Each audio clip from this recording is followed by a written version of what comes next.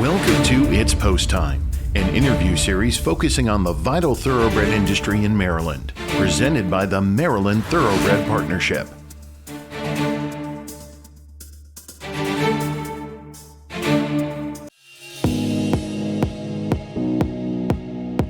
Hi, everybody. Welcome to our program. This is David Nevins for City Biz, and thank you so much for joining us today.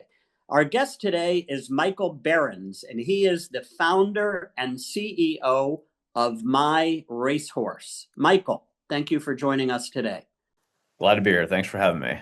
Absolutely. Well, let's start with the obvious. MyRacehorse. I don't know how many of our viewers know what that is. So the most softball of softball questions. Tell us about MyRacehorse, the organization that you founded and run today.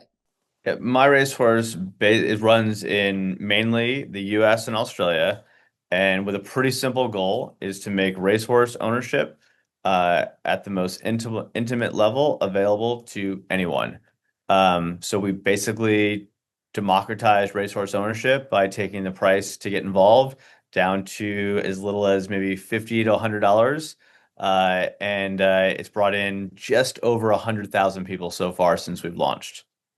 So would it be accurate to say, just in terms of trying to get a little more detail of how it works, that you syndicate racehorses and divide up the ownership among how many people in order to get the price down to the number you quoted?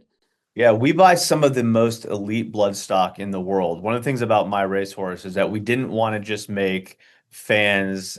We didn't want to just give fans the opportunity to buy racehorses. We wanted to give fans the opportunity to buy some of the most elite and prestigious bloodstock that the world has to offer. So we buy horses that are very well valued. Our average horse goes for just under $500,000.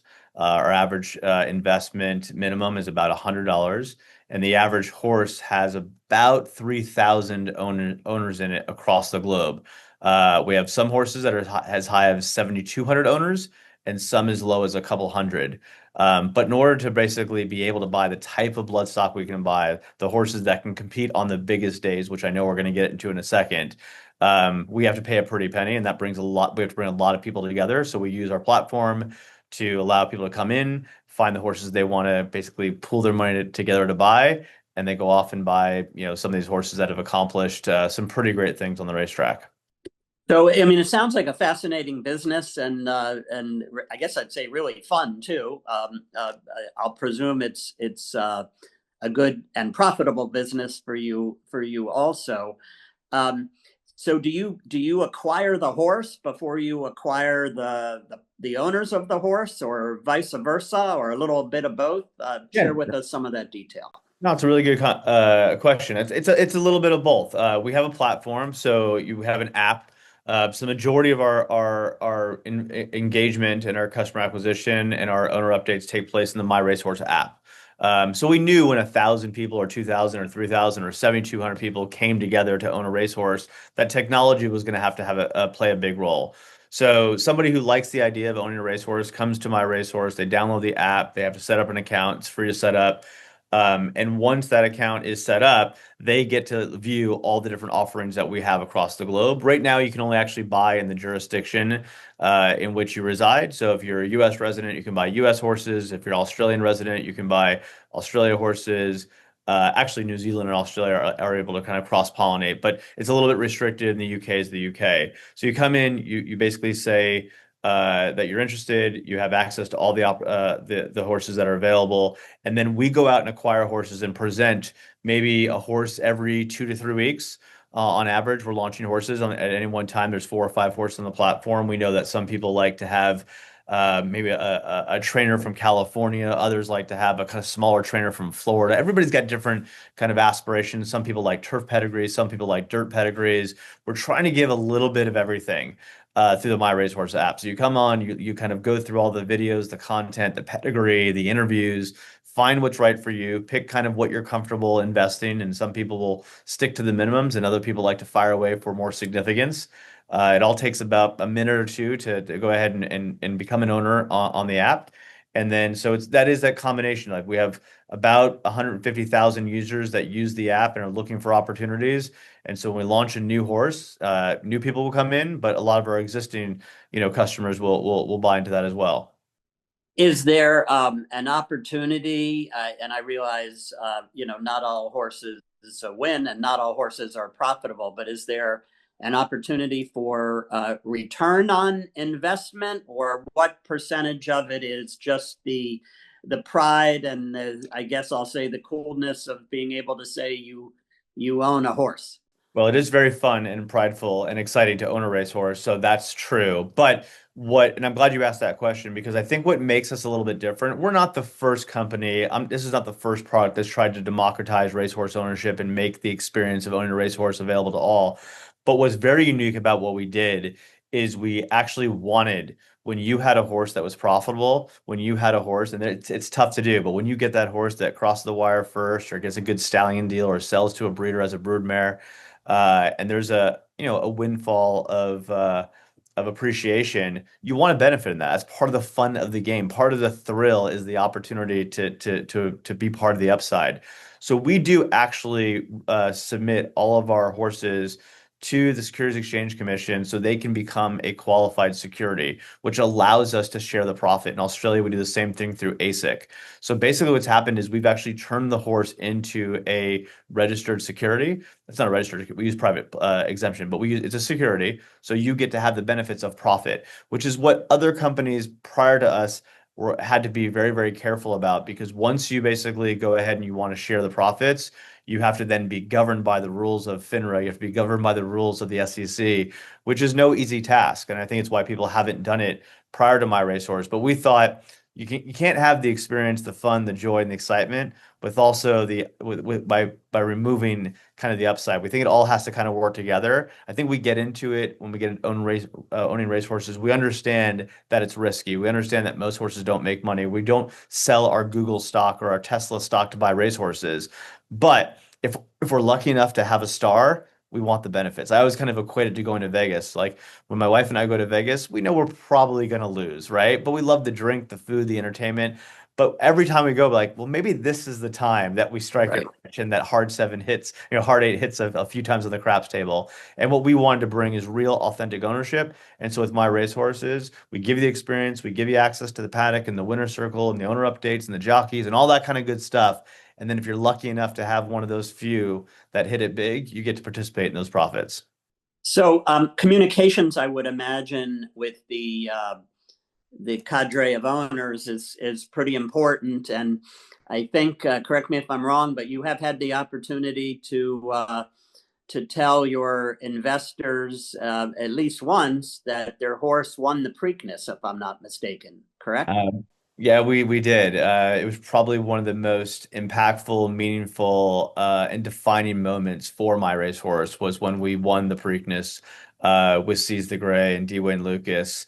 It was pretty incredible. It was surreal, and we can kind of share a little bit more about that. But yes, like that part, that whole journey, everything that took place for that horse to be able to be eligible, to be in the Preakness, the weeks leading up to the training, the insights from the jockey, the insights from the coach himself, all that was delivered to the partners through the My Racehorse app.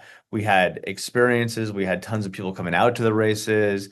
The first Pimlico did a great job of providing opportunities to get seating, to have a kind of a communal feel to it. So a ton of different people came out. Those that couldn't make it had access to a ton of updates on the app. So really, that Preakness was a really, really good example of what My Racehorse can offer. It gave those people who wanted to come out there and drive and fly in a real on-site experience, which was incredible. And for those that couldn't make it, the digital platform, My Racehorse, and with all the content and the updates, it gave you that kind of sense that you were there. So when you have that happen, which I believe was 2024, and the horse was Seize the Gray, I don't know how many owners that horse had on your app, but how do you determine who gets to go in the winner's circle and hold the cup? So there was just over 2,300. Don't quote me, but I think it was 2,314 owners that owned a piece of Seize the Gray. And what was so special about that horse if I may, for a second, is it was the first horse that I know of that was 100% owned by the fans. Different horses have won in the MyRacehorse timetable that we've partnered with others on, and maybe 20% of the horse was syndicated, or 12.5%, or 51%. That horse was bought as a yearling out of the Fasig Saratoga Select Sale, and 100% of it was then sold to the crowd. So nobody else won the Preakness in 2024 except 2,300 fans that each pooled $127 in to win. And what we did for that day is we worked with the Great Horseman's team and Horseman's relationship team over at Pimlico, and they gave us paddock passes that we had as the owner, and then we used the app to then lottery them off. So everybody that was there or would be willing to go if they won a paddock pass was able to enter. And then based on how many shares you had, that's how many random entries that you got into the lottery. And then basically the app, it basically goes through it, randomizes it, and it picks basically different winners. It lets them know they've won their paddock pass. They were there for them to come and pick up at the location. Those people also got access to the winner circle. And what was really, really fun is Pimlico was team over at first. After he won, they had a second picture where everybody came in, and that's when you see that massive hundreds of people coming into the winner circle. I remember Coach was telling me, Mr. Lucas, he was saying, I felt like I was at a basketball game because everybody was hooping and hollering and cheering. We had hundreds of owners around the hedges that were just enjoying the moment. Even maybe they weren't in the winner circle, it's confined. The safety of the horse is very, very important. So we maybe had 30 or 40 when you look at it, but we had hundreds on the hedges that were cheering and being part of that experience that they owned a Preakness winner. And then we all kind of came in and took a collective picture at the end, which was really fun. Oh, that's great. What a fun day that must have been. It's kind of a silly question, but I was wondering, what percentage of ownership would one need to be involved in naming the horse? You have to have one share, and it's not a silly question. Actually, I think many people across the globe find it to be one of the more exciting, energizing, unique experiences, is that you take an unnamed registered thoroughbred and you get to name it. So as we're talking today, we have actually two naming contests that are going on in the app right now. So what happens is, once the ownership group is solidified, then everybody basically gets to start submitting names. So they have to submit their name and they have to submit the context about why that name was selected. And then they all go internally to a naming committee here at MyRacehorse that basically will select what we believe the 8 best ones are, either the most frequent, the most thoughtful, whatever they are. Then we push those 8 back to the ownership group. They narrow it down to 4. Then we narrow it down to 2. And then we have the championships and they narrow it down to 1. So it's a really fun experience. Everybody's participatory from the ownership group. It's 100% driven by the partners themselves, and nobody else is kind of doing that naming. And so I think there's that almost like it really kind of solidifies or increases or catalyzes the pride of it, because every partner knows that they were participatory in naming that thoroughbred. Yeah, that's great. I wasn't sure what the answer would be, but that's you explained it. You explained it quite well. I know you are, as you noted, an international organization, Australia and the U.S. You said, but we're in Maryland, and we have been talking about Seize the Gray, a Preakness winner. I assume you're familiar with all the great things that are happening in Maryland racing and at Pimlico Racetrack, and maybe you could talk a little bit about that and the importance of Pimlico and racing to the horse racing world.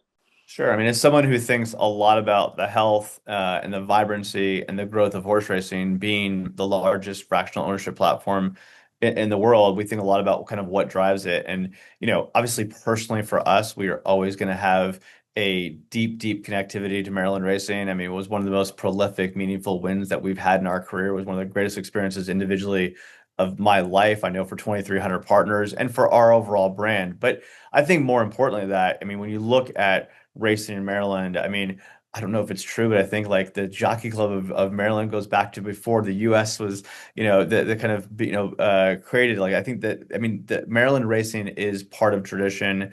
It's a big part of our racing community. I think they have the heritage. I think we've had tremendous horses. Actually, one of our other most important horses in the MyRacehorse kind of journey was a Maryland bred called Seismic Beauty. She was an amazing Uncle Mo filly, but that was trained by Bob Baffert that won multiple grade stakes last year. She was the favorite for the Brewers Cup Distaff last year. In a poor break, it didn't kind of work out, but she was one of our biggest superstars, bred in Maryland by the great horsemen of Maryland. So you've got tradition and heritage, you've got amazing horsemen, you've got a good breeding community, and then you've got what is, I think, the most important thing is you have a platform to bringing fans in. What we need for horse racing is we need people to come out and experience these horses. We need them to experience horse racing, right? And you've got the people, the horses, the infrastructure to bring people out to the racetrack. How do you fall in love with the races? You don't fall in love with it because of your phone on an app. You fall in love with the races because you go out to a place like Pimlico and you go out and experience, a day like the Preakness with 100,000 people going nuts, having a great time and seeing the best athletes in the world, both on the horse and the horses themselves. And I think Maryland has a DNA and a culture of the equine athlete. I think they have great infrastructure. I think, the tradition, the legacy of one of the most prestigious races in all of the world with the Preakness is something that is not to be taken lightly. And the fact that there's a vibrant breeding community, there's a lot of great horsemen that are producing those horses. It's a culture that basically supports racing. And I think it catalyzes bringing people out to the races. And we need platforms to bring not only those who love racing to come out and enjoy racing physically, but then they bring their friends, they bring their kids, they bring their nieces and their nephews, and we bring the next generation of fans in. I fell into racing because I loved racing because I went to Santa Anita. I sat in the grandstand, I heard the hoofs, I was in the San Gabriel Mountains, the backdrop, and I fell in racing because I was there. I didn't fall in love with it because I opened up my app and bet on a racehorse. So I think there's a lot of reasons. I think tradition, I think the horses, the community, the economy. And I think most importantly, it's an amazing platform to engage fans in the sport that we love. That's incredibly well put. Let me ask you, do you, or your investors, I should say, you have any horses that are likely to run in any of the Triple Crown races this spring? It's so early to tell. We don't have any horses with points yet. That kind of, the horse that get on the kind of trail for the Triple Crown. And so the next 45 days will tell us a lot. There's definitely a couple of horses that we have high ambitions for. I mean, we fire away at the yearling sales. We buy really nice horses that are well bred, that our aspirations are to get there. So I would say nothing really that we're kind of like overly confident in. But to be fair, when Seize the Gray got there, I was not very confident that we were going to go there. I mean, we wind up being, I think, the second longest shot in the field at 9-1. I mean, all the people that I respect in the industry, the handicappers, the analysis, they said we had no shot. And then he goes off and, wire to wire and wins it there. So I didn't even know we were going to get in, more or less be kind of a contender and then over to win it. So racing will surprise you in many ways. So right now, I'm not quite sure. But I also wouldn't be surprised if I was there this year. Well, Michael Behrens, this has been a really fun conversation, and I hope that maybe you'll have a horse in one of the Triple Crown races, and if so, let it be the Preakness. If it's the Preakness, let it win the Kentucky Derby first, and then we'll look forward to seeing it in the Preakness. That would make for a fun year, right? That would make for a very fun year. I always it's fun to be on the Crown. It's fun to be at the Preakness. The Preakness is always going to have a special place in our history and who we are. So I would love to get back. I know we'll get back. Not quite sure it's this year, but I know we're coming back. Again, Michael Behrens, this has been a great conversation. What a fun business you're associated with, MyRacehorse, and good luck to you. I hope we meet in person sometime soon. Love that. Appreciate it, David. Thanks. Thank you, Michael. This is David Nevins for City Biz, and thank you so much for joining us today.